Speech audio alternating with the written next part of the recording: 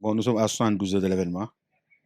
Bon, vous savez, on n'attend pas au dernier moment pour faire certains réglages ou bien voir ce qui se passe. D'abord, nous avons évalué ce qui s'est passé l'année dernière avec un CLD. Ensuite, il y a le CDD au niveau de Mour et le CRD de Thiès. Et mardi, nous avons fait avec le ministre de l'Intérieur les dernières retouches par rapport aux engagements qui ont été pris par les services techniques. Dieu merci, il y avait quelques couacs avant-hier, surtout au niveau des parkings. Nous avons su régler ça avec le gouverneur et l'appui aussi de l'UCG. Donc, vous venez de voir ici l'UCG aussi qui nous appuie en matière de bac à ordures. Nous les en remercions vivement. Donc, vraiment, nous avons l'habitude d'organiser. Il n'y a pas eu beaucoup de problèmes. La nouveauté cette année, vous avez vu, c'est le sanctuaire, le nouveau sanctuaire, mais aussi le village des marcheurs. Donc, nous avions pris les devants depuis l'année dernière par rapport à un parking qui doit être fixe. Parce que le problème de Popenguine, c'est l'espace. Vous savez, nous sommes dans une zone portière, il y a la pression foncière. Donc, forcément, il y a des besoins. Et aussi bien pour les gens qui viennent ici acquérir des terrains, mais aussi pour les populations qui doivent avoir des maisons où habiter. Voilà. Mais grosso modo, tout a été fait pour que les gens puissent venir à Popenguine, faire leur prière et retourner. Voilà, il y a eu des petits problèmes parce que apparemment, il y a eu incompréhension par rapport à la délimitation du lieu de culte. Donc, il y avait des commerçants qui avaient l'habitude d'être du côté de la plage, qui faisaient leur commerce. Cette année, il y a eu une incompréhension, on les a déguerpis là-bas. Bon, on est en train de régler ça avec le comité d'organisation pour qu'on puisse les recaser ailleurs. Mais le problème d'espace là, il va falloir que les gens commencent à bouger parce que tout le monde ne peut pas être aux places Baye. La place Baye est une place qui est assez exiguë. Donc, il va falloir que les gens se délocalisent du côté du nouveau sanctuaire, en bas, en venant vers Popenguine. Donc, il y a de l'espace qui est là-bas. Il va falloir d'abord au niveau de la mairie, l'année prochaine, essayer d'aménager et mettre des stands. Les gens puissent y être. Bon, vous savez, nous, on n'est pas une jeune commune actuellement, mais nous allons devenir une grande commune avec ce qui va arriver.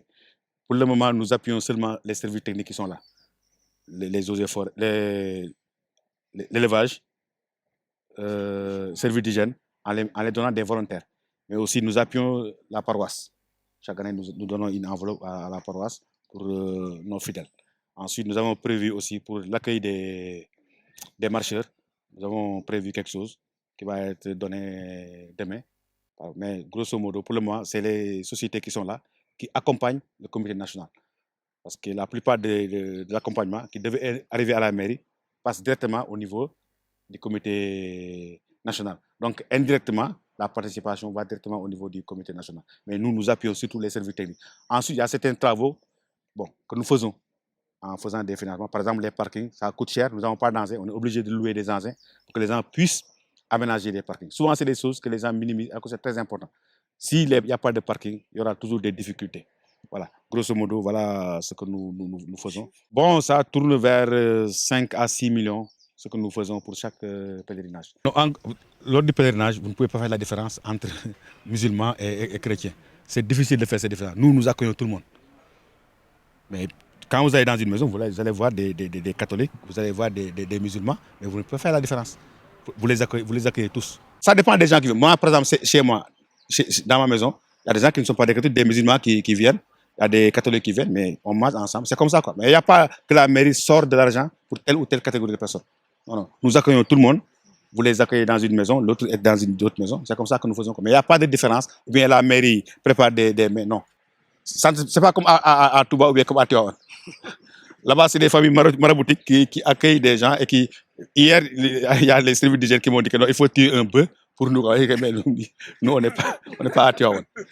Là, on va vous accompagner. On les a donné du riz et de l'huile. En dehors du carburant qu'on les donne. Parce qu'en dehors de l'argent qu'on donne pour bien. Il y a toujours quelque chose qu'il faut prévoir en cas d'urgence. Parce qu'ils avaient des problèmes d'alimentation. Nous les avons aidés en matière de riz et d'huile. En dehors de ce qu'on les appuie. Non, ça, d'abord, nous le vivons, nous. Parce que moi, je ne veux pas parler de dialogue. Chaque fois que j'en parle, je dis qu'il y a des liens de sang. Nous, dans notre maison, vous voyez des catholiques, vous voyez des musulmans. Moi, je suis Tchandoum, Karna Tchandoum, on est parents. Donc, c'est comme ça. Nous vivons ça comme des liens de sang. Par contre, nous devons éduquer les gens qui viennent habiter à Popenguine. Pour savoir qu'ici, il y a d'abord les gens, mais eux qui viennent, ils doivent s'adapter par rapport à ce dialogue dont vous parlez. Voilà. Mais il n'y a pas de différence ici entre catholiques et musulmans. Bon, le problème de Popenguine, c'est la mise en exécution du PUD. Vous savez, comme je l'ai dit, nous avons une pression foncière assez terrible. Et j'en profite pour lancer un appel à nos frères catholiques. Parce que j'ai vu dans des sites internet des gens qui lancent des appels par rapport à des acquisitions de terrain. J'en ai bloqué quelques, mais je ne peux pas tout bloquer. À un certain moment, il faut que les gens viennent à la mairie pour s'acquérir de la bonne information. Donc, ce qui est important, urgent maintenant, c'est le PUD, c'est l'exécution, pour savoir ce qui doit aller quelque part, là où il y a des écoles, il y a où des sanctuaires, il y a où des cimetières, pour qu'on puisse au moins les sécuriser. Mais que les gens fassent attention par rapport au terrain qu'on les vend. Parce que la mairie est là, elle est ouverte. Pour demander un PV, on vous le donne. Donc, ils n'ont qu'à venir. Parce que j'en ai vu au niveau des sites internet, des gens qui en profitent. Et même, il y a quelqu'un qui a déjà donné son argent qui a eu des problèmes. Voilà. Donc, vraiment, notre urgence maintenant, c'est le PUD. Ensuite, il y a le plan d'assainissement. Parce que, comme vous l'avez dit, il y a le port qui est là. Forcément, il y aura des problèmes. Dieu merci, si le plan de l'électrification et de l'eau, nous avons fait des avancées assez considérables. Maintenant, ce qui reste, c'est l'assainissement. Ensuite, il y a ce dépotoir-là qu'on doit délocaliser. Parce que c'est à côté de maintenant des maisons. Il va falloir trouver un autre site pour les déchets solides.